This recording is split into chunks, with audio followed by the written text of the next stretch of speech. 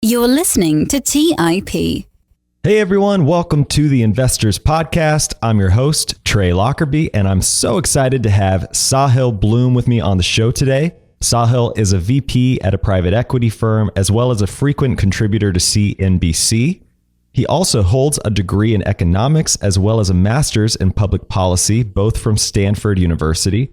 Sahil is a rising star in finance who recently blew up on Twitter, going from 500 followers or so to now well over 100,000 followers, all in about 6 months' time, primarily due to his thoughtful stories on business and his simple breakdown of complex topics. So we're going to discuss some of those topics on the show today, starting with mental models. For some, this might be a useful refresher, and to others, this might provide new insights as to how to up your investment game. So please enjoy my discussion with Sahil Bloom.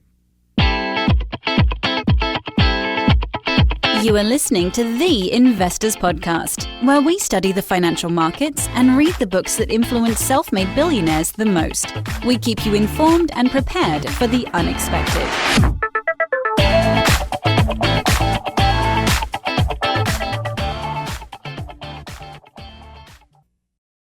All right, everybody. I'm here with Sahil Bloom, who I would say is the MVP of Twitter for the last 6 months.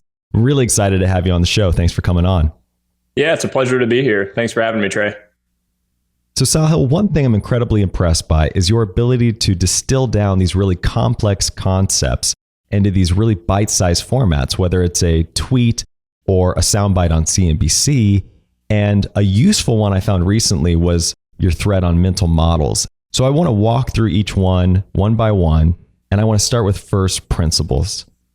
Billionaires like Elon Musk have been a proponent for thinking and strategizing from a first principles framework for a long time. But how do you describe this framework, and what's a good example of it working in the real world?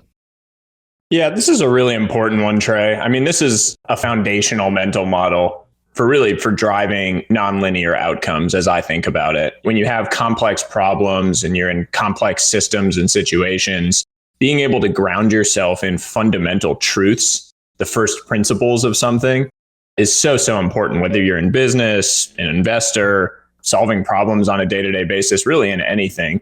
So this one here, I mean, the famous Aristotle quote that it's grounded around is the first basis from which a thing is known. That's how he defines first principles. So this is really all about building up from the bare bones foundation, solving a problem from the ground up, and not getting bogged down in assumptions that you believe to be true or have been told are true. You really need to go and build from foundational truths that you know to be true. So the whole point here is stop taking things at face value the way something has always been done. And so when you go to see, you talk about a classic real world example, Elon Musk is a great one with SpaceX. When he was going to start this business, he had this crazy problem that he was trying to solve of how to send a rocket to Mars.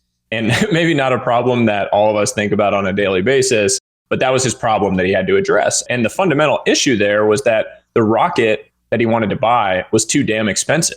It was something like $60 million to go buy a rocket. And so he just started thinking, what are the fundamental truths here? Let me ground this in first principles thinking. What are the components of the rocket? What are the materials that it's made out of? And what do they cost? And what he realized when he went through that exercise was that actually all of the materials together were much cheaper than going out and buying a rocket. And so he decided to build it himself. And as a result, they've been able to produce rockets at a fraction of the cost, test, iterate, learn, and now build a company that has a chance at taking on that fundamental issue of sending a rocket to Mars.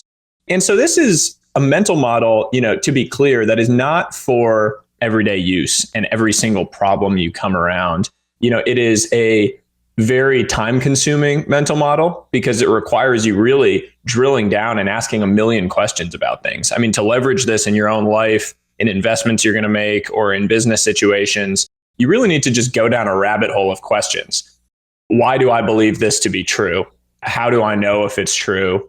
How can I support that belief? What alternative viewpoints might exist? Basically, you just need to turn yourself into I think of it as like the curious child mental model, where you're just asking why constantly until you drill down to, okay, what is the foundation of this, and build up from there. So it's really not one for every problem. If you're not looking for an imaginative, novel solution, it's probably one that will just take you too much time. Sometimes you need the quick, unimaginative solution in certain situations, and that's fine. And there are mental models for that. But it's really critical if you're looking for an imaginative solution, if you're looking to drive truly nonlinear asymmetric outcomes, this is one that I think is just foundational for people.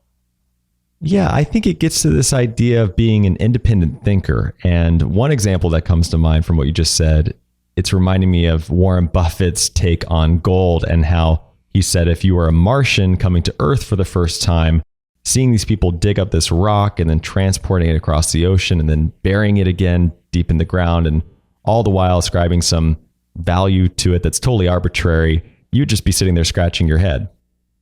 Yeah, I think it's a great and an interesting example that you use there because, I'm a huge Warren Buffett fan, but I would counter that by saying, I could look at money and say the same thing if I came down from a Martian planet and said, wait, you have this piece of paper that you've decided has value, but there's an institution that can just create as much of it as they want, whenever they want, without asking any questions. And you're fine with that. And it doesn't change the value of it in your mind. So I'm not looking to go, create the bull case for gold or Bitcoin or whatever store of value is the one of your choosing. But I do think, you can take that lens and question almost anything about our monetary and investing system and go down a rabbit hole on it. And sometimes it's a productive exercise. And it's interesting to have those discussions and go through those thought experiments with people, because what you end up finding, I've found at least, when you start to ground things in first principles, you realize that a lot of the assumptions you've made about certain things you believe are just fundamentally not true,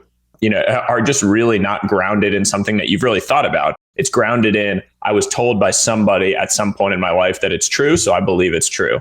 And really, you haven't done the work. You haven't learned the foundational principle that leads you to that conclusion. And so for an investor, it's a good gut check. It's a good way to really test, how deeply do I understand this or really know it? And do I really have an edge as I think about this problem? Okay, so the next mental model I want to break down is second order effects. And you've written about how billionaire Howard Marks has pointed out that first level thinking is quote unquote simplistic and superficial and everyone can do it. But not many people think through second or even tertiary order effects.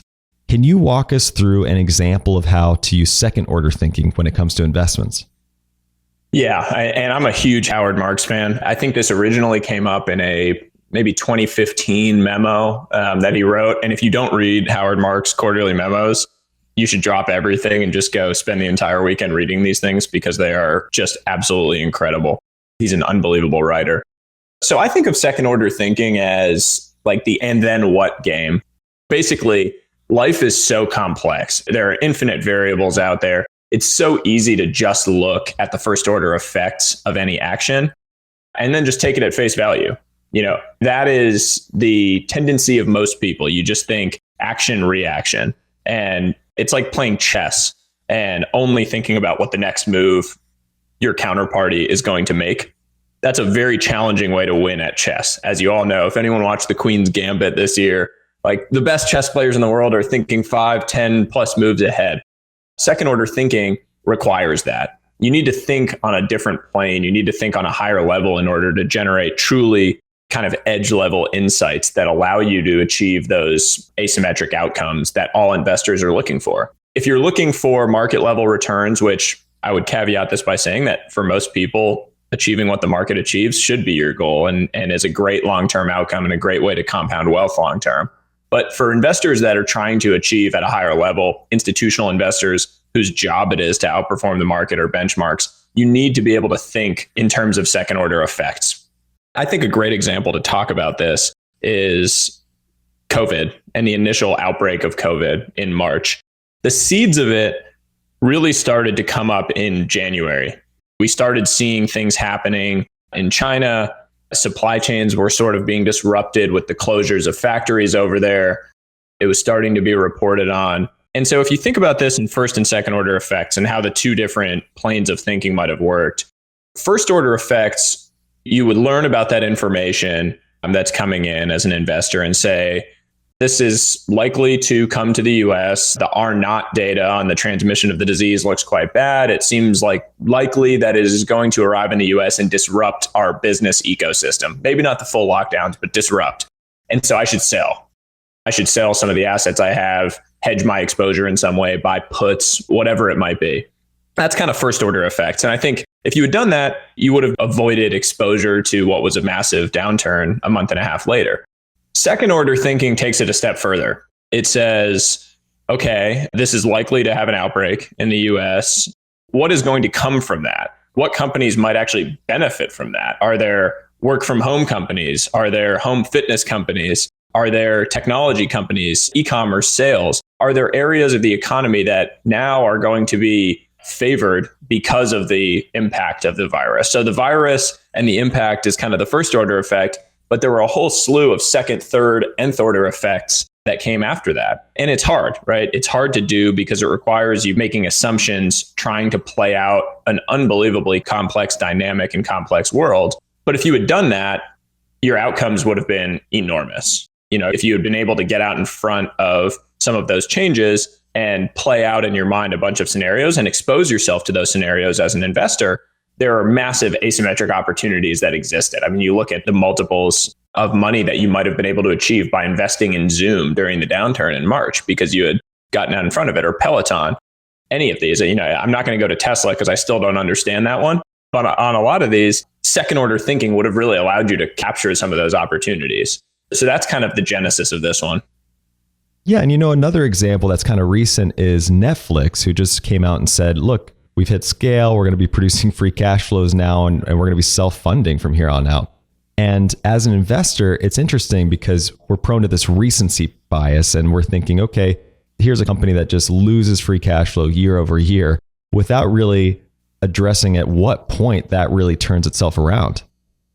Yeah, and Netflix is a great example, and that's obviously pretty recent. They just had that earnings report and the letter that went out, incredible results. And things like the home builders is a fascinating, I would call that like a third, maybe fourth order effect, technically, probably, because part of that has been driven by this whole Fed reaction, which we can talk about later, and the free money that's being pumped out into the economy. But people fleeing the cities, I mean, that was a massive second order effect, and it's driven all of these other investment opportunities across the GDP that you wouldn't have thought of if you were just in a first order mindset around everything. So it's really interesting to play out. But again, as with first principles, it's very time consuming and it requires a lot of thought. So it's not for everyone. It's not for every situation, but it does drive asymmetric outcomes when you do a good job with it.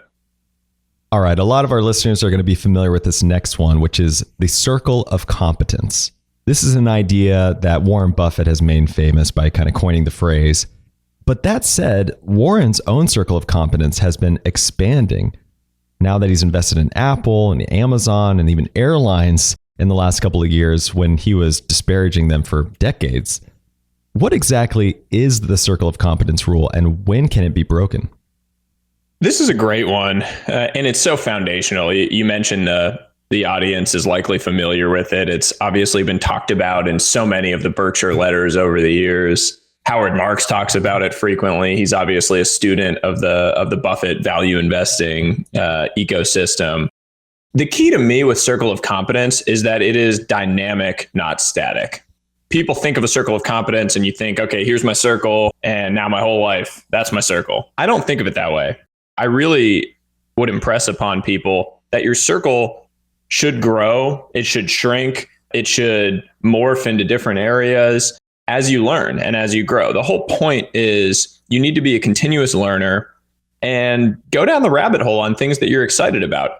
You should strive to expand your circle of competence over time. It shouldn't just be, oh, what I know at age 22 or what I know at age 30 is what I'm going to know my whole life. I would argue that for Buffett or for Howard Marks in his most recent memo that he just released, he talks about it with growth stocks and how, you know, he's been a value investor his whole life. And that dichotomy between value and growth has always been almost like a religion. You had to pick a side, and that was the place where you existed for your entire career.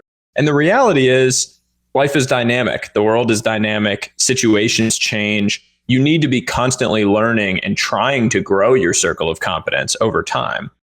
I think that's point number one is the circle of competence should be dynamic. You should be striving to build it. The other point is you need to be absolutely ruthless in identifying the boundaries of it throughout. So you can be striving to grow your circle of competence, but if you haven't spent the time and really put in the energy and effort for it to have effectively grown, you need to be cognizant of that fact and not start reaching because you think you know everything that's outside of it. Warren Buffett, there's no way he would have bought into Apple or some of these tech stocks without having really done the work to feel like he understood it and could understand the future of those businesses. He's ruthless about those things. Charlie Munger, similarly, ruthless about identifying their boundaries. It's like the whole idea of you can derive a ton of success by just avoiding stupidity rather than trying to be smart. And I take that to heart. I mean, I think about it beyond investing. I think it applies to business. I think it applies to life and relationships. It's such a powerful concept when you internalize it. And it all goes to this whole idea of just know what you know and know what you don't know. And on the things you know, tackle those. I mean, go after those, double down, etc. On the things you don't know, either avoid them like the plague or outsource them. And there's nothing wrong with outsourcing them. I think, Buffett, these other folks, Howard Marks talks about his son does the growth investing in their family for their family money because his son really understands it. It's part of his circle of competence. Howard Marks might not. So you outsource to people that do understand those things and that are going to know it better than you. The same way, I know a lot about investing, but I don't know about building a roof. So I'm not going to get up on my roof and try to, patch my roof or fix it. I would hire someone that is an expert at that. That's within their circle of competence to go do it. The same exact thing applies to investing. Okay, the next model is perhaps lesser known, which is Occam's razor. So let's walk through the concept and provide some real world examples around that. Occam's razor, this is almost the other side of the coin from first principles, from second order thinking, in the sense that those are all about complexity. Occam's razor is all about simplicity. Occam's razor is simple is beautiful. The simplest explanation is often the best one. That's kind of the easiest way I can say it. But basically, if you're trying to answer something and you're weighing a handful of different hypotheses about it, find the one that requires the fewest necessary assumptions to be proven or disproven. And that is usually what you should go after. Basically, the simplest path to proving or disproving a thesis.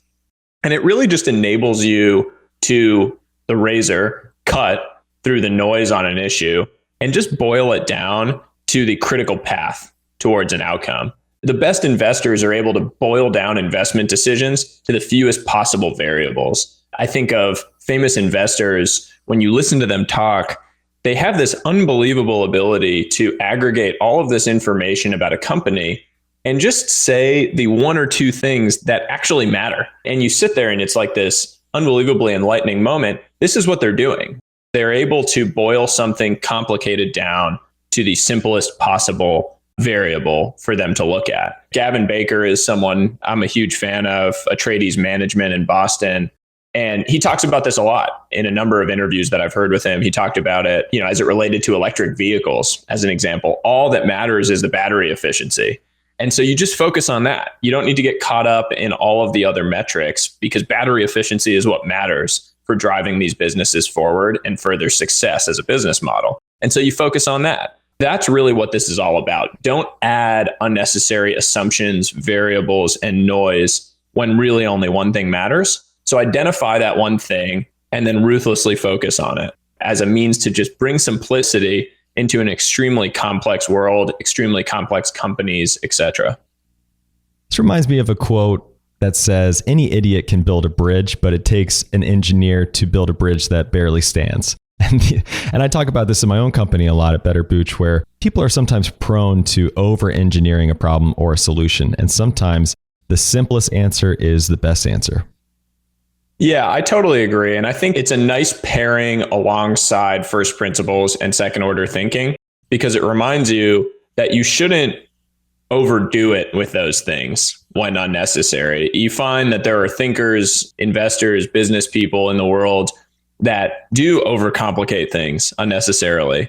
And so Occam's razor is a good reminder, I think, for really focusing on what's important. and drilling down in that way to get you to an answer that really matters. All right, let's talk about compounding, which is our next mental model. Our listeners are almost certainly familiar with this Einstein quote that compounding is the eighth wonder of the world. But no matter how familiar you are, the human brain is really programmed to think in a much more linear fashion and not so much exponentially, right? So what tools or examples do we have to override this natural tendency that will help unlock the power of compounding for us as investors? Yeah, this is a tough question. And by the way, as it relates to that quote, I always find this funny. I tweeted out a thread about compounding and I opened it with that quote because it's probably the most famous quote on compounding. And as soon as I did it, I got like a sea of responses basically disputing whether Einstein ever said that. So for the record, I'm not sure whether he ever said it. I like to continue to attribute it to him because I think it's a great quote and I'm going to continue to maintain that he did, but he may not have. But on compounding, I mean, humans are notoriously bad at thinking in terms of exponential growth, power laws. I would argue it's the reason that we've consistently underestimated the case growth of the coronavirus this year. You know, why a lot of investors were totally caught flat-footed around the impact and on the potential for the government to try to lock down the country. Our minds just have trouble comprehending it. Jeff Booth, an author and thinker who I really have enjoyed, wrote a book called The Price of Tomorrow, where he talks about deflationary impacts of technology. And in that book, he had an amazing example. I thought it was really incredible of taking a piece of paper and folding it over on itself 50 times. You go and ask people, how thick is that piece of paper after you folded it 50 times? Most people say 2 inches, 3 inches, maybe you get someone say a foot thick. And the answer to the question is that the piece of paper would extend from the earth to the sun by the 50th fold over itself. And it is just unbelievable to see in real time in a little simple experiment like that, how dramatically we underestimate the impact of power laws and compounding in that way. And so for me, I think the lesson and the takeaway is you really need to be aware of that natural human bias that prevents you from understanding exponential growth and compounding. You need to run the math on things. I constantly advise people to just look at, if you just compound your portfolio at 8% per year and you're reinvesting dividends in the long term, look at the math on what it becomes from where it is today until you're retiring. Just look at it. And I think like a lot of the robo-advisors that are coming out now that are encouraging young people to invest in a passive way are doing a good job of that because they're showing you visually how powerful that compounding is. And also how impactful it is if you disrupt the compounding. I mean, that the whole idea of, I think it was Charlie Munger that said, the first rule of compounding is to never disrupt it, never interrupt it. And it's such a good quote. And when you're able to show that visually, how impactful it is if you take a dividend or you remove some money from it, it's really unbelievable and eye-opening. And so I think for me, it's continuing to just hone in on the numbers and the math and make yourself aware of how impactful compounding is. Not just with your investments, but also with knowledge, with learning, with growth. How much you know today versus what you knew a year ago, just off of what you've been reading and how you've been building up information. Because investments in yourself, investments in your knowledge compound just as much as any financial investment, if not more. It's really the best investment you can ever make is in your knowledge and in your learning, in my opinion. The other one is like simple. It's the rule of 72, that the time to double an investment. In simple terms, divide 72 by the rate of annual return, and you get the number of years to double the investment. I always find that to just be a quick and easy, quick and dirty way to figure out in your mind, like, okay, wow, this is pretty powerful if I can just do that. So for alternative investment managers targeting a 20% IRR, or for someone just trying to meet the market at an 8%, you can just do the quick math on these things and get a sense for what that compounding really looks like. So this last one I wanted to add in here, it's a little bit different, but you just posted this great thread on it. And it was a reminder of the myriad of biases that plague us as human beings. And this one in particular can be especially dangerous. And what I'm talking about is the Dunning-Kruger effect. So tell us about what that is, how we can be mindful of it, and how it can prey on unsuspecting investors. This is one of my favorite threads I've ever written. It really did. It took off. I saw Mark Cuban retweeted it. Colin Cowherd retweeted it this morning, which I got a real thrill out of. But this whole idea of everyone is a genius in a bull market. I've seen a bunch of people on CNBC saying it. And it's really true. The Dunning-Kruger effect is the idea that people with low ability systematically overestimate their ability at a given task. So the first rule of the Dunning-Kruger Club is that you don't know you're a member of the Dunning-Kruger Club. And right now we're in an environment where this is so important to understand, and it ties into the circle of competence, but it's really just understanding the boundaries of your competency. Don't let external reinforcement or external signals change your view on what your core competency is. Right now, we're in an environment where a lot of investors, day traders, retail investors, feel like investing gurus, feel like geniuses. If you were long SPACs the entire year and that was all you invested in, or if you were long a bunch of speculative growth stocks, you might have been up 100% last year. And so don't conflate what you learned about your portfolio growth with the fact that you're an investment guru is the idea, unless you've really spent the time, the hundreds of hours creating the edge, doing the fundamental research, learning about the companies, diving in. If you've done that and you're driving outsized returns and you feel like it was within your circle of competence, that's a different story. And I would argue then that that's within what you know. And so you've done well operating within what you know. Otherwise, you just got lucky. And there's nothing wrong with that. There's nothing wrong with getting lucky. And there's nothing wrong with acknowledging that you got lucky. I have plenty of investments this year that I just think I got lucky on. And I knew when I made the investment that it was kind of just a flyer. You know, there's room for that in your portfolio from time to time. But you need to be able to acknowledge what you know and acknowledge, more importantly, what you do not know. And we're in an environment now where external affirmation from the market and this Fed-induced euphoria that we have right now is really driving a lot of people to mint themselves as new investment gurus and market geniuses. And it's really concerning in what happens on the back end of it if we do have a downturn or if there is an environment where stocks don't only go up. Well, let's talk about that Fed-induced euphoria you mentioned, because one of your breakout threads that really got you on the map and got a lot of attention was this allegory you posted or tweeted about with this story you invented about Mr. Federico. So talk to us about who Mr. Federico is and how he highlights the Fed's involvement in today's markets. So this was my first thread. It was the first thing I really posted on Twitter. It was back in May, middle of May. The market was surging. The economy was not good. The economy was kind of in the tank at the time. And I kept having friends and family reaching out to me asking, what's going on? How can this be happening? Why is the market soaring while the economy seems so bad? I mean, we were locked down. People aren't able to go out. What's going on? And I kept trying to figure out, like, what is a way to explain to people why this is happening and the role of the Fed in that.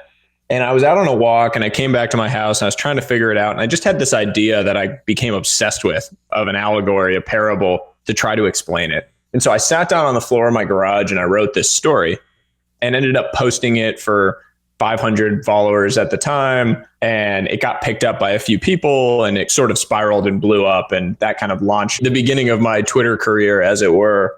But the whole story, I used this fictional character, Mr. Federico, a really bad play on words of the Fed. But he goes to a market in Renaissance Italy. And the whole reason I used a market is because I think of it as the simplest way of thinking about how a market works is you go into a olden day market and there are buyers and sellers.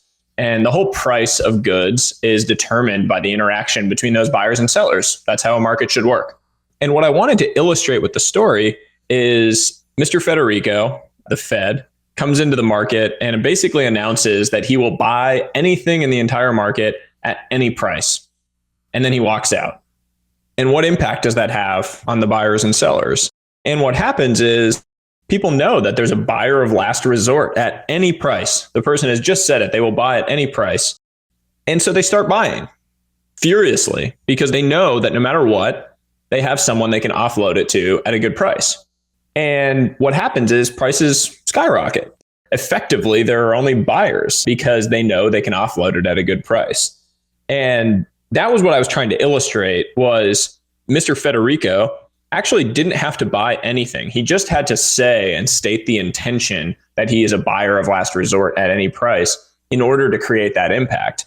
And my impression at the time was that that was what was happening, was that you had an environment where the Fed in the United States had come out and effectively said, with the bond market, they'd already done it, that they were going to buy credit ETFs. And there was an implied assumption that they would do the same for equity ETFs to the extent there were another downturn. And so as a result, there's no need for there to be a downturn because you know that as soon as there is, you have a buyer and you don't need to worry about it. And what we've seen since May, obviously, is nothing short of an astounding rally that has continued throughout the year. I would argue that there are some, metrics around the economic recovery that are more optimistic than they were then. But the point still holds that you have an environment where you have a very powerful figure that creates the money in the system and can create as much as they want in order to buy as much as they want. And that fundamentally disrupts what a market is at its foundational core. Well, this kind of ties into the Cantillon effect, which is another term that's been trending really up on Google searches over the last year. Explain to our audience what the Cantillon effect is and maybe provide a real world example of it. Yeah, the Cantillon effect is another one of my more popular threads that I've written. It resonates with a lot of people, and it's a really bipartisan idea, frankly, in that people hate inequality in general. It's such a topic that drives sentiment around it. And so when you talk about people moving it up on Google Trends or tweeting about it, I think it makes a lot of sense because we all have an adverse reaction to inequality. So the Cantillon effect is the idea that the flow path of money matters. The first person to have the money benefits more than the people who receive it later, really because they can spend more before the prices rise. That's the fundamental concept. In our current economy, it's all around where is this new money entering the system? People talk about the money printer. Well, where is the new money entering the system?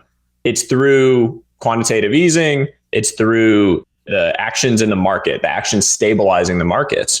And who does that benefit? Well, it benefits people first who own those assets. And so you get this wealth effect where who owns these assets? It's wealthy people. Mostly it's people that are exposed to markets, exposed to bond markets, have a lot of assets to benefit from the price inflation that's going on in those markets. And so what you have is an impact where the people that were already well off are now even more well off. You have a surging market. I mean, the S&P was up last year in a year when the economy was way down.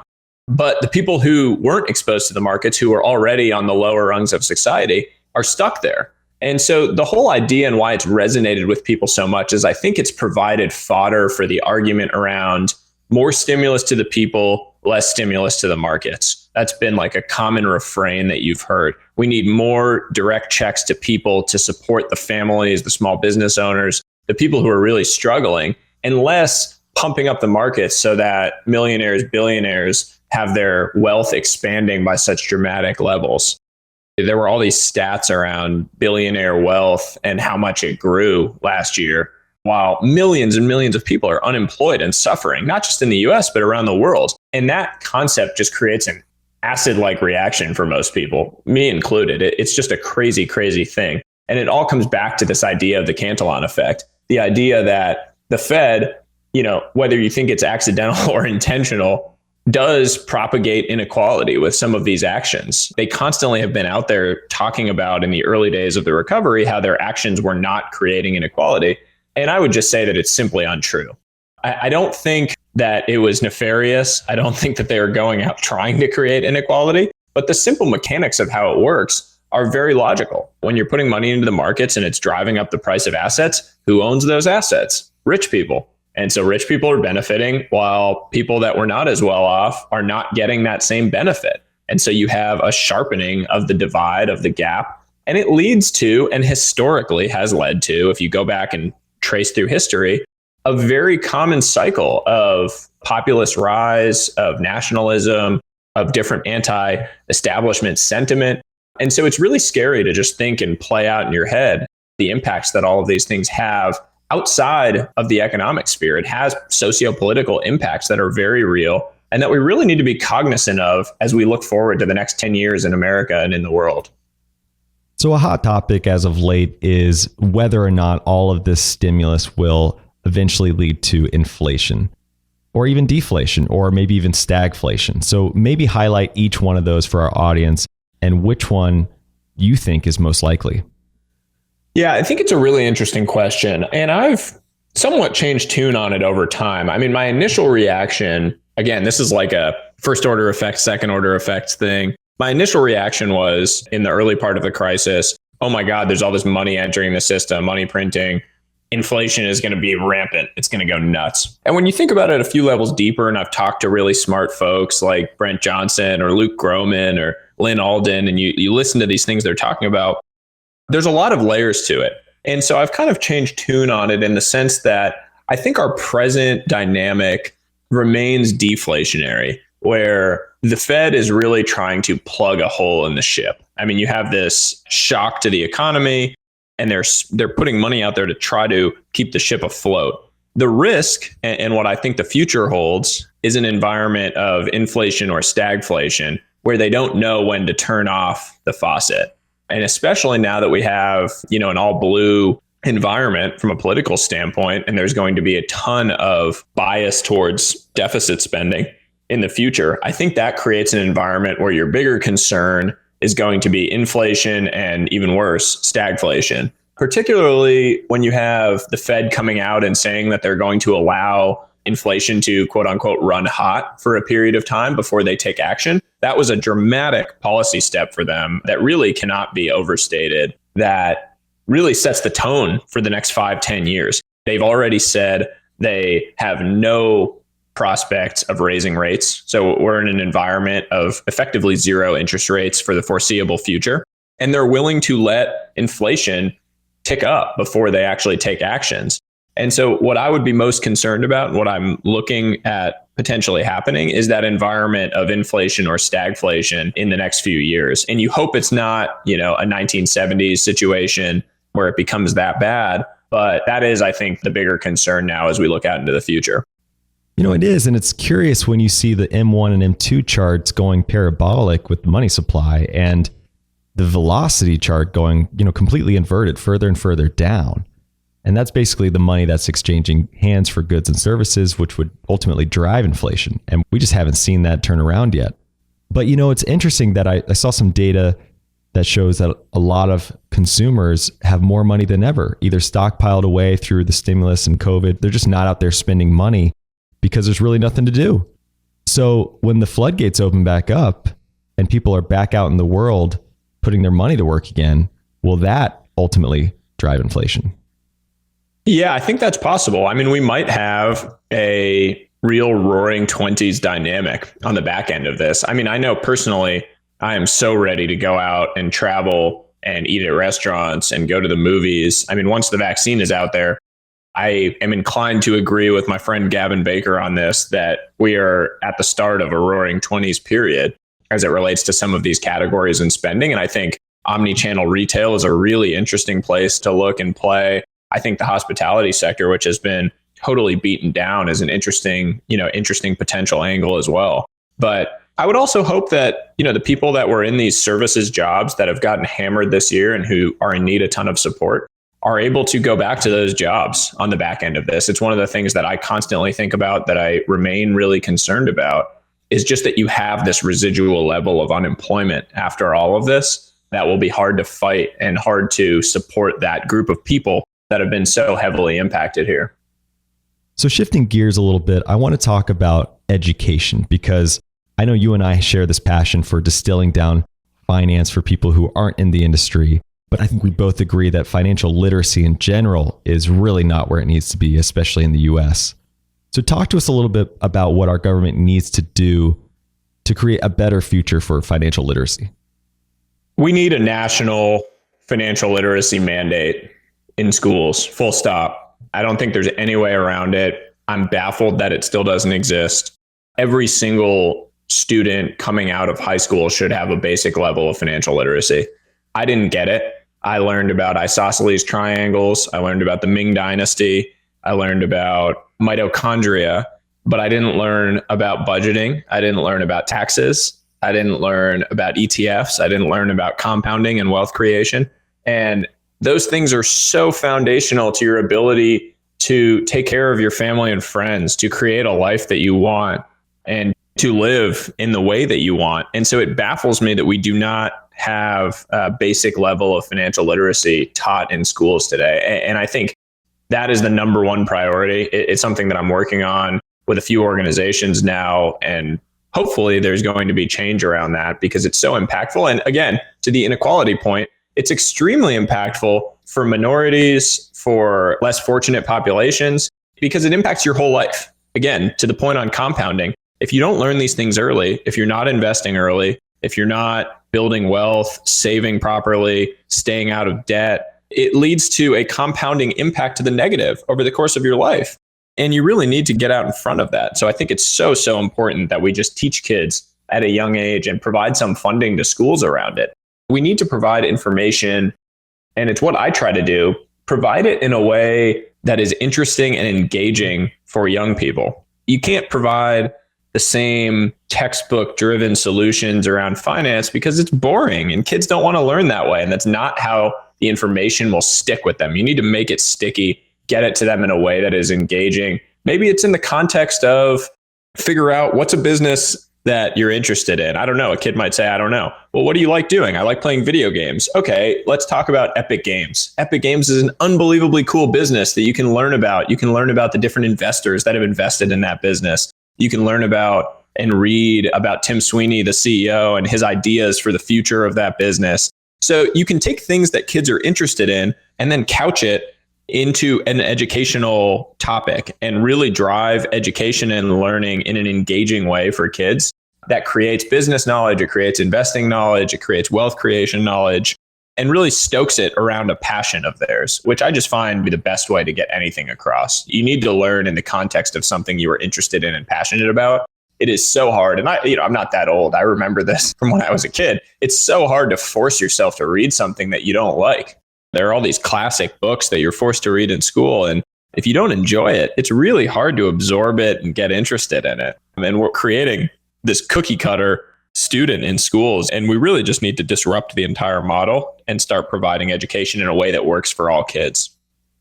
So I've had this idea for a while, and I'm really curious to hear what you think about it. Interestingly enough, billionaire Bill Ackman came out with a similar idea fairly recently. And it kind of goes like this. Basically, a child born, let's say in the US, receives $10,000 in a trust under their name, and the 10 grand is put into something like the S&P 500 index. And they can't access the money until they turn, let's say, 21. If they pass away before that, the money's just returned back to the government. So let's say the S&P 500 over those 21 years yields about 8% a year. So now the citizen has $50,000. And should they choose to tap the money at 21, the government taxes it at a normal income rate. So now the government makes a little ROI, around 2% a year. Now the citizen has $35,000, which is, enough to do something, but not enough to do nothing. They can start a business, pay down debt, down payment on a house in some areas. They could also choose to wait until they're older to tap the funds and just let the money compound further. And what if I told you that all of this would cost the government $38 billion a year, which is only 5% of the annual military budget? Would this produce more financially literate citizens because they'd now have buy-in, they'd have incentive to want to learn about this aspect of their life?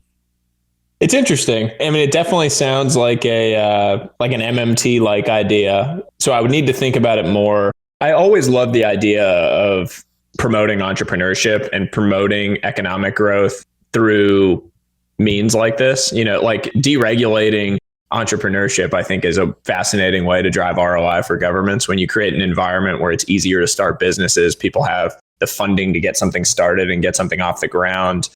Part of what has driven US capitalism is an environment of creative destruction. Our bankruptcy laws, frankly, allow people to start fresh and start new. And that has driven a lot of small business and capitalist growth in the United States. Just as a small anecdote, similar to what you're saying, my two godchildren, on their first birthday, I gave them each $500 worth of Amazon and Apple stock in like a little mini account. And my whole idea when they turned one, and as they get older, I'm going to start teaching them about it and talking to them about it. And I think they've done really well on it, by the way, because like the few years since it happened, they're probably doing quite well. But it's an interesting way to think about creating buy-in, and whether it's the government doing it in your example, or whether it's, family structures, grandparents, relatives, if they have the means. It's just an interesting way to create buy-in and create a learning environment around a kid from a young age that does have really positive ROI and positive outcomes, as you say.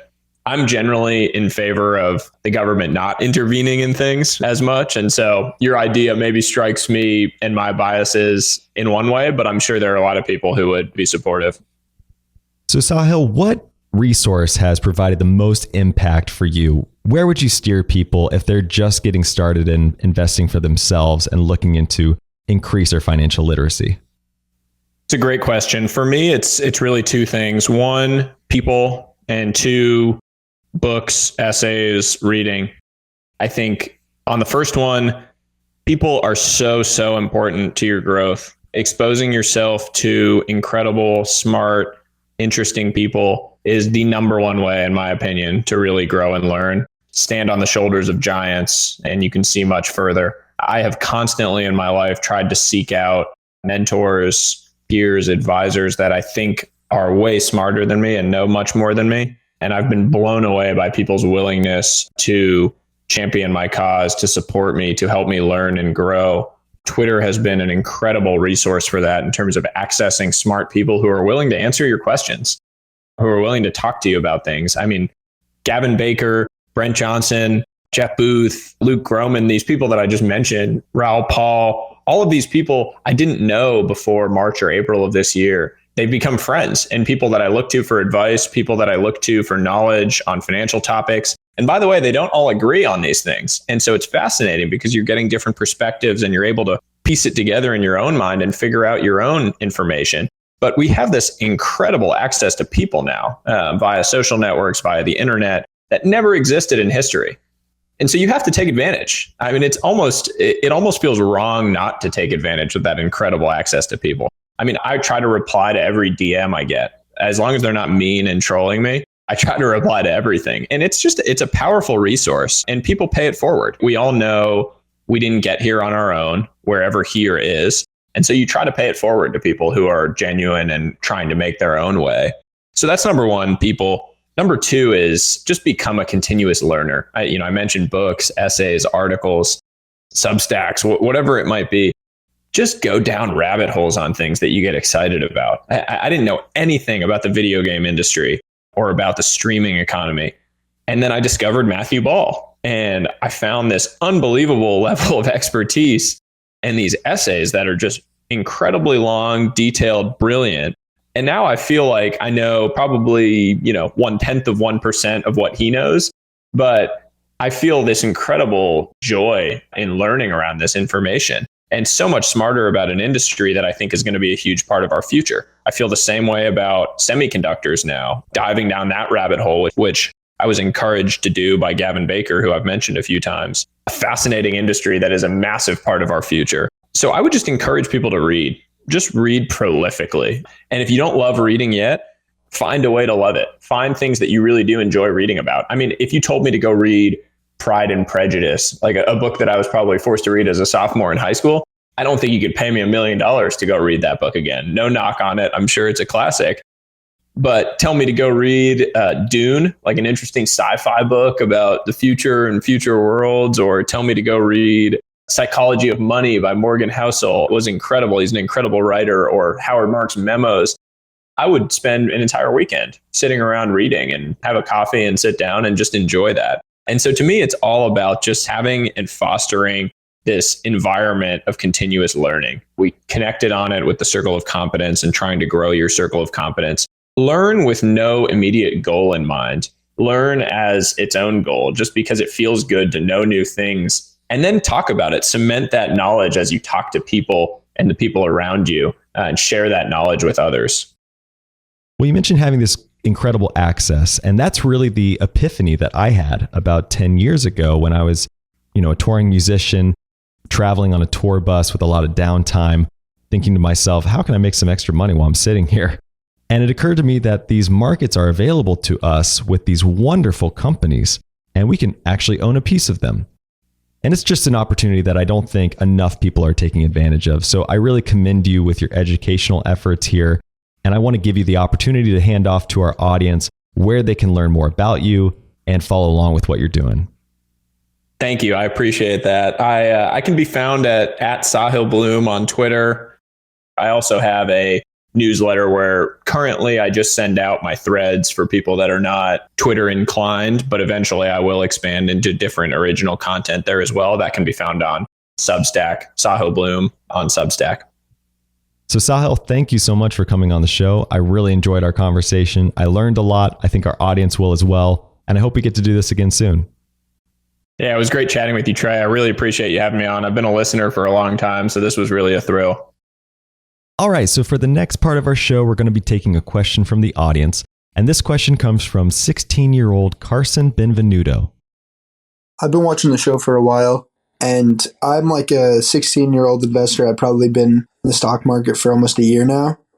And I was wondering, from the perspective of someone who has a lot more experience, do you think more of my investment should be more risk than long-term? Just because if I lose it, I have more time to try to get that money back, and I don't have kids or family to support. So that money, if I lose it, it's not as big of a deal. So I was basically just wondering what you think of like ratio of like what investment should be more risk versus long-term. Thank you. Carson, I absolutely love this question, and I also love that you're starting to invest so young.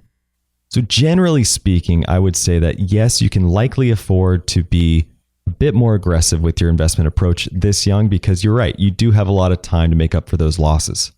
But you know, it got me thinking about this Warren Buffett quote that says, "It's not about timing the market, it's about time in the market."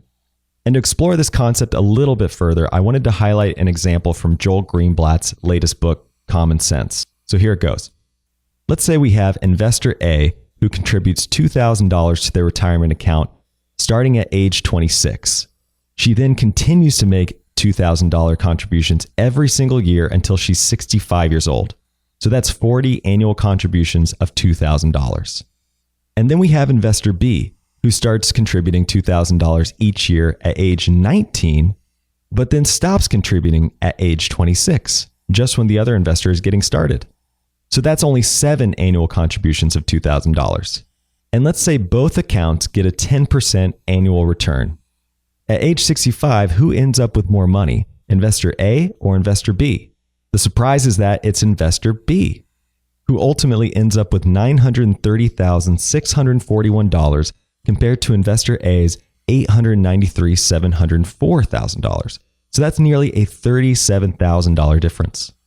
So this all ties back to a concept we talked about earlier in this episode about the power of compounding. The real key is to start early, and earlier the better. So Carson, I commend you for starting out investing so young. I wish I had done the same thing. And since you contributed such an amazing question, we're going to gift you with access to our TIP finance tool and to our intrinsic value course.